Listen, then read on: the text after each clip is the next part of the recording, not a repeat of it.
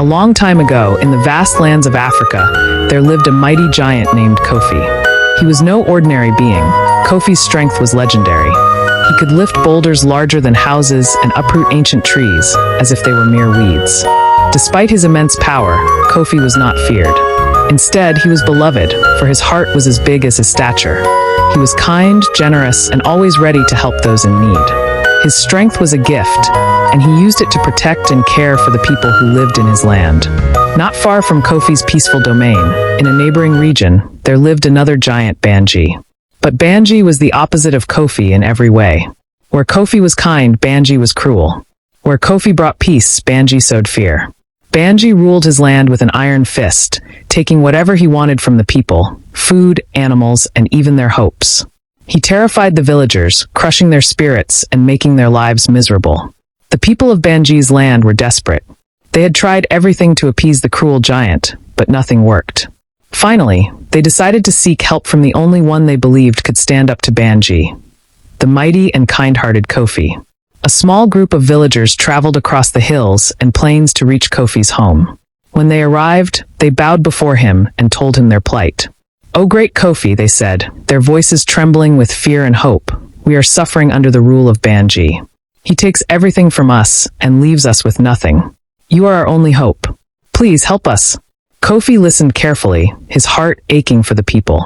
He couldn't stand bullies, and the thought of Bangee tormenting innocent villagers filled him with resolve. "Fear not," he said, his voice strong and reassuring. "I will stop Bangee and bring peace to your land." Without hesitation, Kofi set out for Bangee's territory. His footsteps were so large that they left deep imprints in the earth. When he reached the edge of Bangee's land, he called out in a booming voice, "Bangee, come out and face me. Your days of bullying the people are over." Bangee emerged from his cave, towering and menacing. He looked at Kofi and sneered. "You think you can stop me? This land belongs to me, and no one is strong enough to take it away." But Kofi stood firm. Strength isn't about taking from others. It's about protecting those who cannot protect themselves. "Stop your cruelty, or I will stop it for you." Bangee laughed, a deep, rumbling sound that echoed through the hills. "Let's see what you're made of, Kofi," he said, clenching his fists. The two giants charged at each other, and the earth trembled beneath their feet. They stomped and wrestled, their enormous strength shaking the land. Trees were knocked down, rivers overflowed, and boulders flew through the air. Animals fled in fear, and the people watched from afar, holding their breath as the two titans battled. It was a clash of power unlike anything anyone had ever seen, a battle that would go down in history.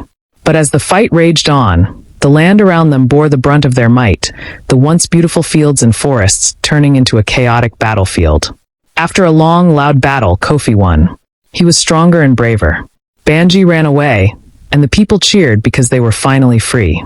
Kofi felt proud and happy, but then he looked around and saw what had happened during the fight. The fields where people grew their food were crushed.